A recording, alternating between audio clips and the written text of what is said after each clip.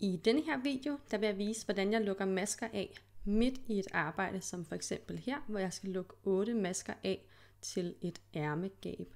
Og da jeg var nybegynder, så var jeg en lille smule udfordret af, hvad for nogle masker, der talte med, hvor når man skal tælle videre her i sit arbejde.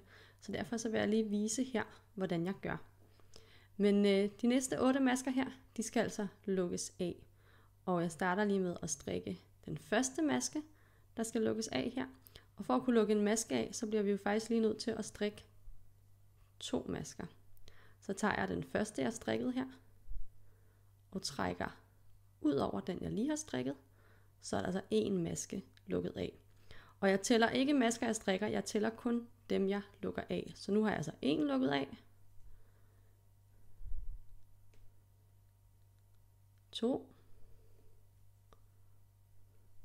3. 4. 5.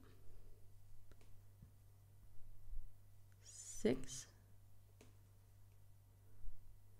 7.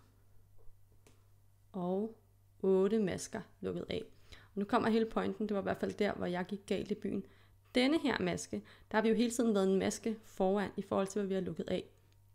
Og den her maske bliver jo på pinden, så den skal altså tælles med, når vi skal tælle, hvor mange masker vi skal strikke videre her. Så har jeg altså 1 her, og tæller videre 2, 3, 4, 5, og tæller videre hen til, at hvis jeg skal lukke masker af igen.